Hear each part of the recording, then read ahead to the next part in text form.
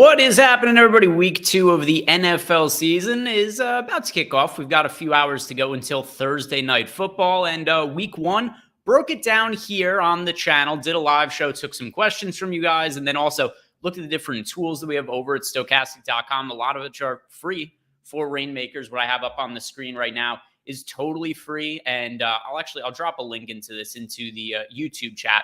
What you could find from this page is our player projections for each individual player, and then that compared with what their prices are in the secondary market. So you guys could find the best players to buy on the secondary market. And don't forget, any of the players that you pick up are good not just for this week, but also for the rest of the entire regular season. So as you guys come in, do me a favor, like the video, subscribe to the YouTube channel, and if you've not checked out DraftKings Reignmakers yet, take advantage of the free starters pack. There's a link for that below. It is totally free. You don't have to put a dime into it, but you can make some money off of it. So you're going to get your choice of a stud quarterback, and then from there, you're going to get a rest of a pack of players to fill out a lineup. So, running back, wide receiver, tight end, defense, kick, all that. Help you build out a lineup, and totally for free. There's some starters contests. You could throw those in as well. So what we did last week, I want to do it again because it went pretty well, where we broke down some of the top players that were projected in our top stacks tool. And then we looked at some of the data that was available here on this free Reignmakers projections that we have. And from that, we were able to find that the ideal way we wanted to build our lineups was actually with the Tua and Tyreek Hill stack, which worked out pretty well last week. And maybe we can find some gold like that once again this week. And if you guys have any questions for myself at all, questions, comments, anything of that nature, I'm here by myself. I'm going to be able to answer all the questions you guys have. So throw them in the YouTube chat, and I could definitely converse with you guys in there. And if you don't have any questions for me, that is cool also. But if you do, speak now or forever hold your tongue. But right now, we've got David Lynch says, do you play in the deep roster contest? Yes, I actually do have a lineup built out for the deep roster contest right now as well. Do you have any specific questions related to the deep roster contest, David? Because yes, I do play in them. I prioritize the Sunday main slates, but still I do occasionally play in the Thursday contest. And one thing that I do think is notable, at least, about the deep roster contest is that they typically don't have quite as many entries as the main slate contest. So actually, I'll pull this up on my phone as I'm talking through it. But last I looked, it's not like there was a crazy amount of entries into that Thursday deep slate contest. It is, let's see. So for the Thursday deep slate, which if you guys aren't familiar with what deep slate is, you play every single position you fill out. So quarterback, running back, you play, multiple wide receivers. You also play a kicker, you play defense. So as of right now, the deep roster core contest has 2,400 people in it. Whereas you look at the main slate core contest, which is going to run on Sunday, and that already has 13,000 people in it about. So you are playing against I'm not going to say a softer field because I don't know if that's fair to say, but you are playing against lesser entries where there aren't quite as many people. So just statistically, you have a better chance of taking first from that standpoint. And yeah, I see David following up saying he likes the deep roster, feels it is a bit easier for core tier players. Yeah, I could definitely see that angle. I don't disagree with that, and particularly because of what I just mentioned, just where you're competing against less lineups overall. Now, as for this week, let's start the same way we did last week, which is looking at the top stacks tool we have over at Stokastic.com. So this is part of our football package. This is not one of the free parts that we have over the site pertaining to Reignmakers, but I think this is a good starting spot for what we really want to be targeting as far as Reignmakers goes. And we have for this Sunday, by far, the Bills with the best chance to be the highest scoring team on the slate, taking on the Raiders. So we've got the Bills with an 11.2% chance to be the top scoring team, or top scoring stack. So this is incorporating fantasy scoring for DraftKings purposes. And last week, we had 3 teams that were projected with double-digit odds being top scoring teams. 2 of them went really well. One of them shit the bed, didn't go as well. That was the Cincinnati Bengals. So Joe Burrow, Cincinnati Bengals stacks, those did not work out. But the other ones that we had in the top 3, it was the Miami Dolphins and the Chargers. So we were talking about that being a really strong game stack, which ended up being the case. There's 1 million points scored in that game. I played it a bunch in classic contests as well and went really well. I had one live lineup in the Millie Maker, Didn't win the $1 million, or else I mean, I'd still be here, but I'd have $1 million more than I'd otherwise have. But did come in 50th, was my best finishing lineup in the Millie Maker. And looking at data like this on our site definitely does help. But let's start by looking at the Buffalo Bills and seeing what players it is that we might be able to target from this team. Now, typically, I don't love getting my superstar spot filled by a quarterback, but let's look at some of the secondary market prices of Josh Allen, because maybe they've come down a little bit after his absolutely terrible showing in week 1 against the Jets. Let's see. So Josh Allen, his core prices have come down a little bit. I'm trying to remember where they were before week 1. I want to say it was like $22 was the floor. So you're definitely getting them a little bit cheaper now than they were before. The cheapest core price you can find on Josh Allen, there is one of his booster cards available for $16.45. And then if you're looking at the rare cards, you can get a rare card also in the booster set for as cheap as $88. So we're seeing a little bit of a price decrease on Josh Allen, something to consider. We'll go look through the Bills and try to find out the most optimal stack we could build. But like I said, I don't love filling my quarterback spot with a superstar, which is also kind of why, like last week, when we were looking at different stacks to make, one of the reasons that I landed on the Tua to Tyreek Hill as my favorite stack of the week was because I didn't love that Austin Eckler and Justin Herbert both had superstar designations, and then we were trying to figure out, what to do with the other side. So let's see. Josh Allen has superstar designation. What are some of the best values for his wide receivers? So here's a really easy way to sort it within here. We could go Buffalo, and then I'll delete where I wrote Josh Allen in here. And then at position, let's go wide receiver and tight end, so we can see what some of the best values are here. Now, there's going to be a balance, right? Because we don't just want to default to who has the best points per dollar rating, because there's still no salary cap for Reignmakers purposes, and you don't want to necessarily go play somebody who's projected for like 2 fantasy points. Now, with that said, we got the question from David Lynch, who said, do I play in deep roster contests? I don't think you need to play somebody like Dawson Knox in a classic contest build for Reignmakers purposes, like the normal contest on Sunday. But if you want to make a Bills stack and you want to play Josh Allen at quarterback, I do think it makes a lot of sense to throw Dawson Knox into the tight end spot when you consider we have him projected for nearly 9 fantasy points, and his cards on the secondary market are going for as cheap as 67 cents. So like you're getting core cards nearly free for Dawson Knox. And obviously it's going to correlate fairly well with Josh Allen. Going back to the other page here,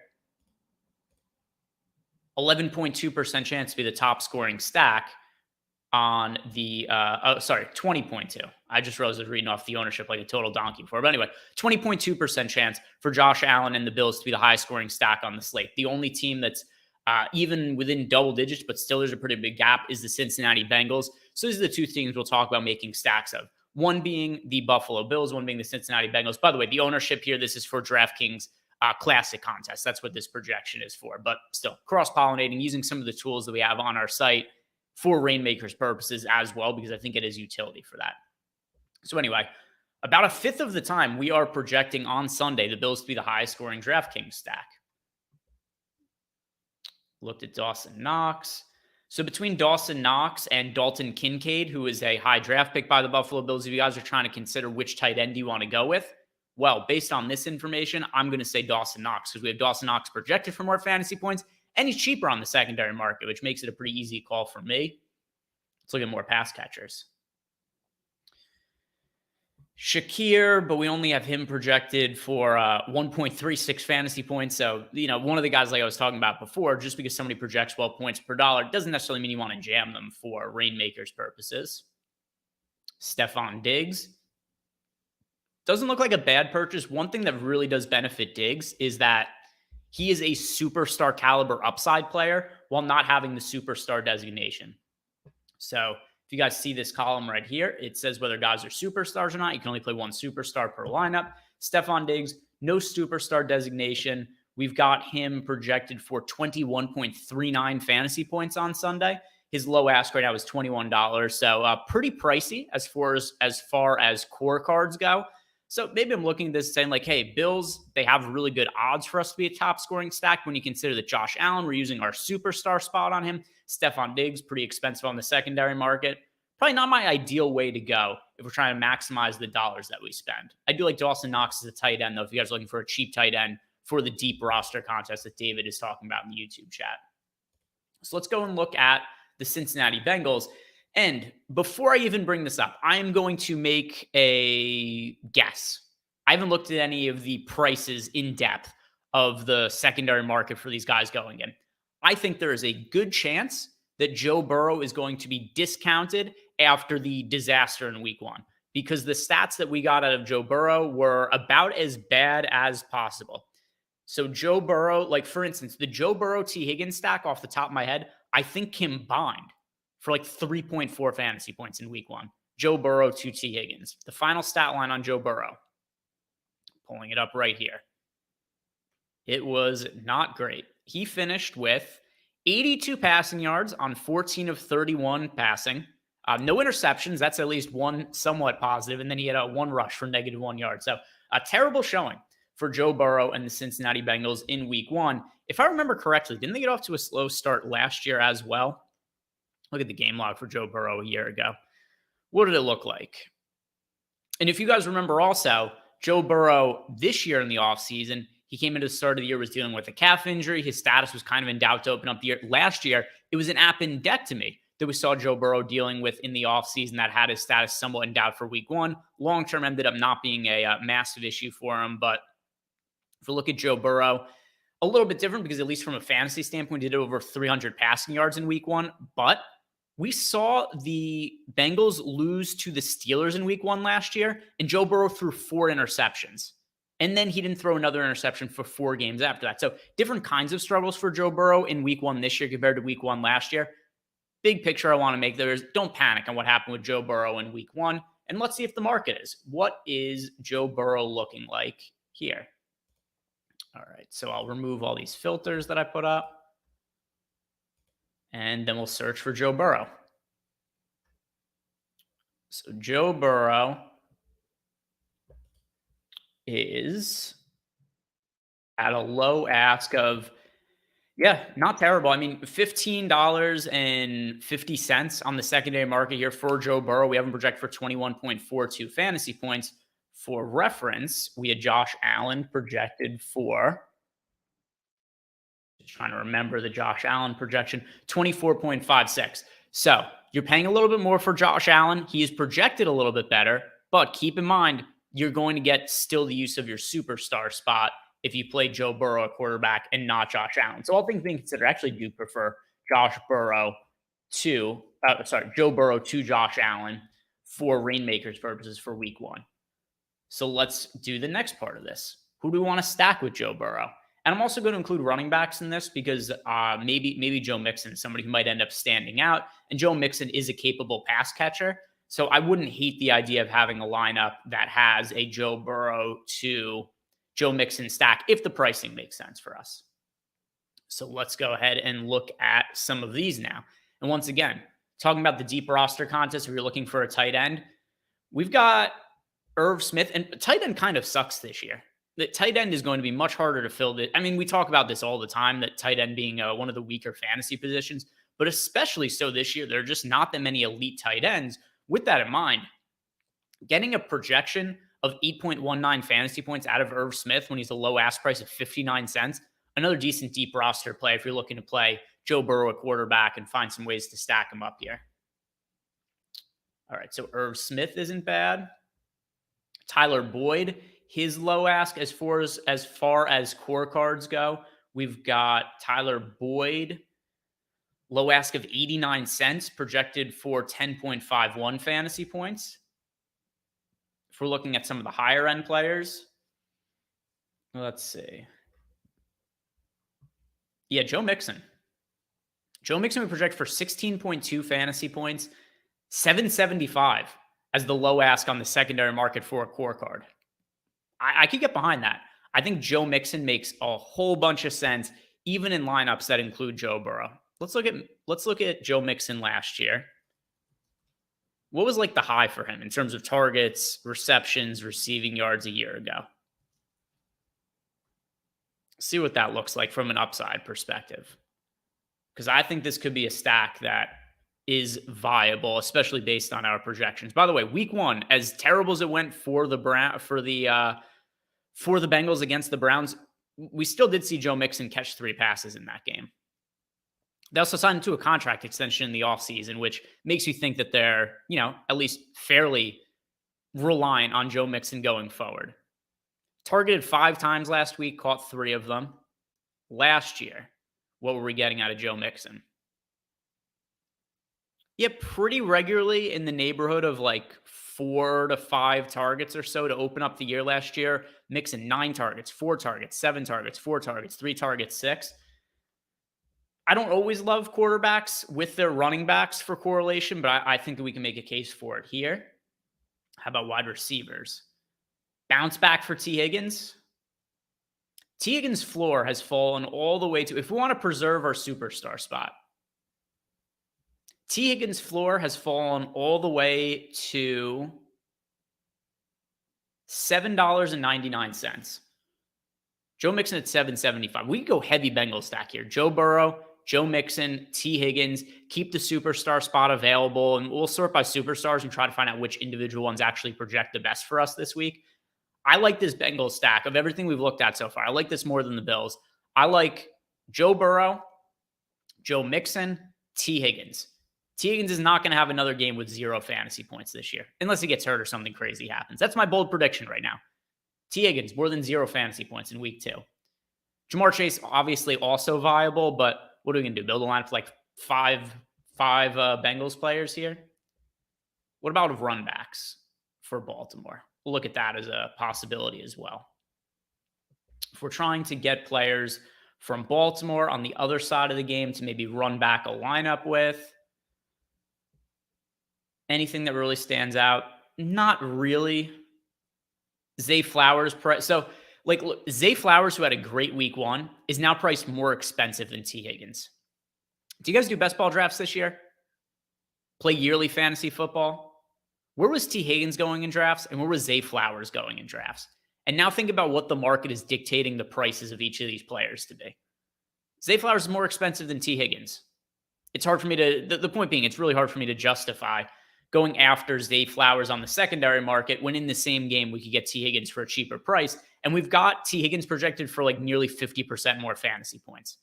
These cards are good for the entirety of the year. So it's not even to say that Zay Flowers can have a really good fantasy season. I just think he's a little bit overvalued on the secondary market. Long story short, if I'm building a stack of the Bengals here, I'm not going to force a run back from the Ravens because there's nothing that really stands out all that much. I wonder what we're projecting some of the running backs for here, though. Because as you guys know, J.K. Dobbins hurt, done for the year. Who do we have projected for the most fantasy points out of the backfield? We are projecting Gus Edwards to be the lead man here. So if you guys did want some value on somebody cheap, Gus Edwards. With that said, it's a real shot in the dark. It's hard to know what this team is going to end up doing with their backfield. It could be Justice Hill. It could be Gus Edwards. They're calling up Melvin Gordon from the practice squad. So maybe he ends up getting touches as well.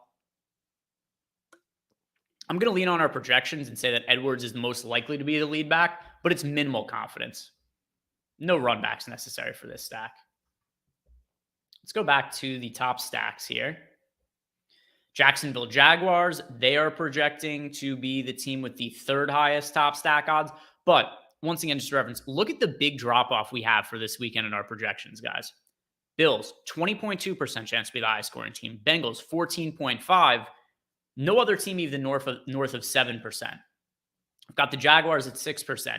The Chiefs at 6% in the same game taking each other on. So we could sort by that and see what kind of game stack is viable there, if any. But I might be more inclined to just load up on the Bengals. All right, so let's go to Jacksonville, KC. Remove all filters here. So we're getting to everybody. Should be no shock here that the highest scoring player. Oh, wait, where is Mahomes isn't showing up right now. Do I have... that's weird. So let's just look at Jacksonville then. If we just look at Jacksonville, who's projecting best from the Jaguars? Jaguars do have the third highest top stack odds on the slate. So behind Lawrence, I assume Calvin Ridley. Oh no, ETN then Ridley. We've got ETN projected for 16.42 fantasy points, and then Ridley here at 15.41. Now, if we sort by the value from this team, how does the value compare? Actually, I don't want to look at kickers right now. So let's just go to the quarterback, wide receiver, tight end, running back. If you guys have any questions, by the way, throw them into chat. We can definitely answer them right here on the show. I'm just looking through these and trying to figure out who I might want to buy to build lineups around for week 2. But if we go ahead and look at the top projected players here, Evan Ingram standing out as a pretty good value. Project for double-digit fantasy points. Low ask, only $2.22. If you guys are playing some of those deep roster contests and need a tight end, Evan Ingram, another one who doesn't look like a bad option. Christian Kirk doesn't look like a bad buy low. We also have him projected for double-digit fantasy points. Low ask of $2.99. And I know there's a lot of people who are going to be panicking over Christian Kirk in week 1. Really struggled. Calvin Ridley looks like he's going to be the guy on this team. There was a lot of reports coming out of training camp that how good Calvin Ridley looked. We know that Calvin Ridley is not far removed from being a stud wide receiver, then got suspended for last year. But Christian Kirk is still very good in his own right. Only was targeted 3 times in week 1, caught one of them for 9 yards. It was an absolute stinker of a performance. But I do like Christian Kirk to bounce back. And this could be a good spot to buy low on Kirk and then potentially play him this week and then maybe even sell him for a higher price point in week 3 after he has a bounce back. Because there's no way he's going to be worse in week 2 than he was in week 1. Same thing like what we talked about with T. Higgins before. T. Higgins is probably my favorite buy low that we have available to us on the market right now.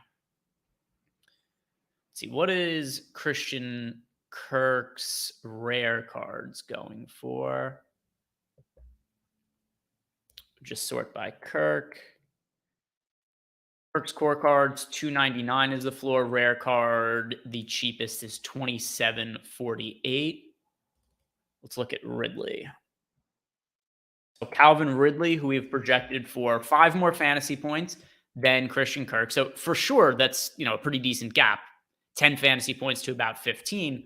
But Christian Kirk's core cards available for less than $3, whereas the cheapest price you can find on a Calvin Ridley core card is $21.11. So off the top of my head, I'm going to say that the most expensive non-superstar wide receivers right now are probably Calvin Ridley. And I'm going to guess, Calvin Ridley and Stephon Diggs.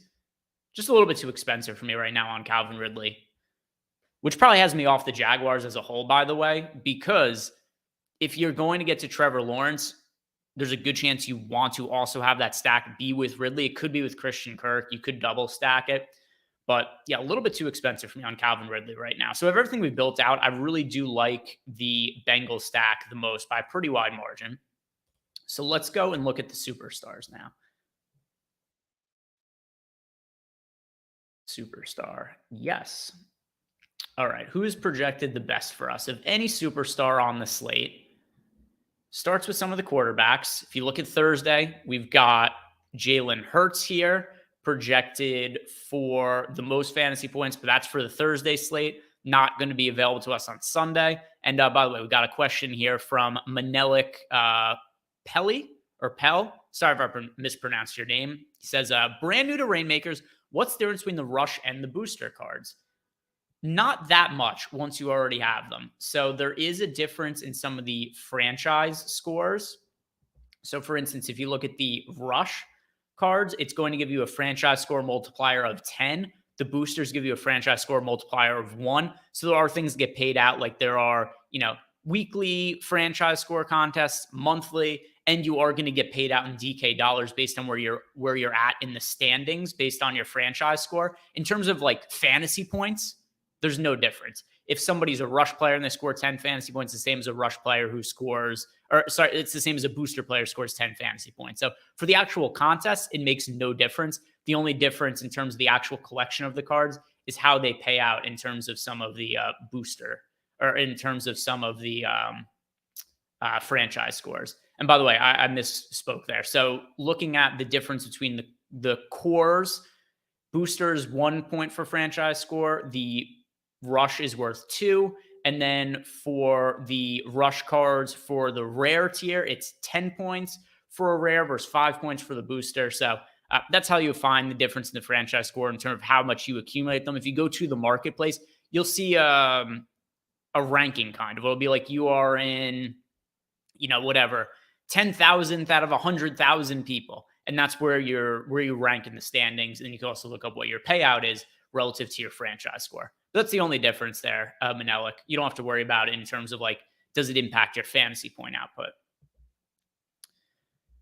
Let's just look at main for this, for the superstars, because talking more about building a main slate lineup. And if I'm already committed to saying hey, I want Joe Burrow in the lineup at quarterback, then we don't have to worry about the QB filling a superstar spot. So let's take out the QBs and we'll just look at some of the skill position players. Who's projecting the best for us on the main slate? Christian McCaffrey against the Rams, we project for 22.73 fantasy points.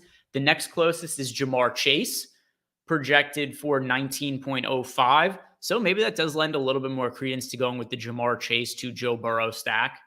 But I really do like the spot for Christian McCaffrey against the Rams. I know the Rams looked better than expected in week 1 with the emergence of guys like Nakua, for instance, had a massive game and is somebody who's going to be really popular for fantasy purposes.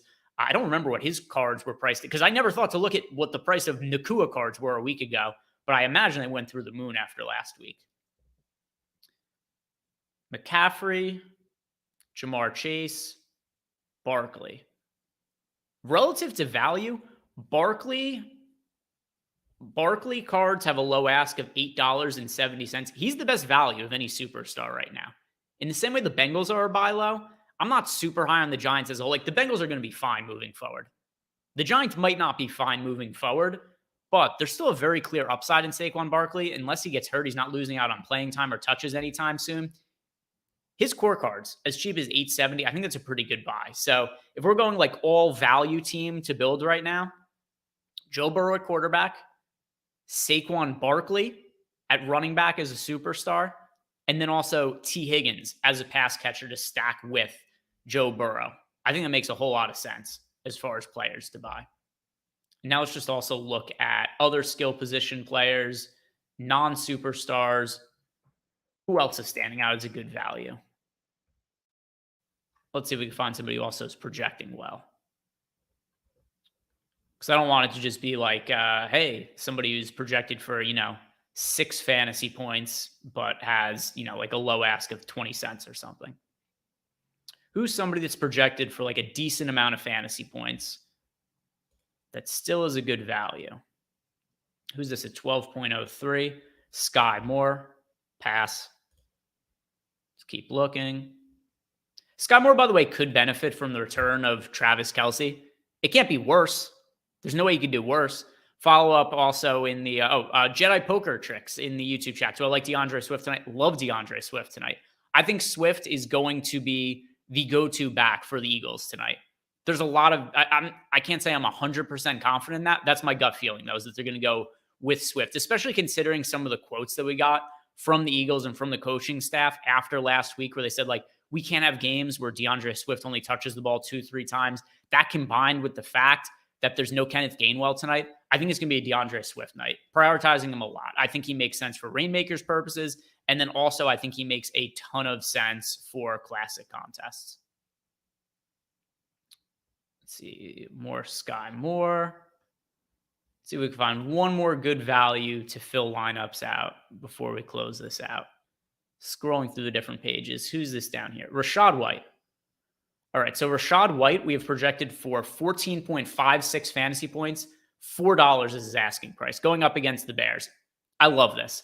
So Rachaad White is one of only 2 running backs that played 100% of snaps in week 1. One of them is Christian McCaffrey, who we've already identified as a high projected superstar. The other one, Rachaad White, played every single snap for the Buccaneers. Now, does that mean he's going to be productive this year? Not necessarily, because the team could suck and Rachaad White could just be massively inefficient. But if he continues to get the workload that he got in week 1, he's going to find success. At the very least, he should not be as cheap as $4 on the secondary market. So that's going to be my favorite player to add in, just like as a player outside of stacks. I think Rachaad White is a great purchase right now for Reignmakers purposes. And that's going to do it for us today, guys. 30 minutes, at least for me, went by really quick. Thank you guys very much for watching. David, Manelik, Jedi Poker Tricks, everybody who's in chat that hung out just to ask questions. Appreciate you. Going to be doing this every single week, Thursday at the same time. So if you guys ever want to hop in, ask me questions about Reignmakers, drop in, and we could talk about whatever happened the week before and what to expect in the week coming. If you haven't done yet, do me a favor, like the video, subscribe to the YouTube channel. Good luck this weekend, guys.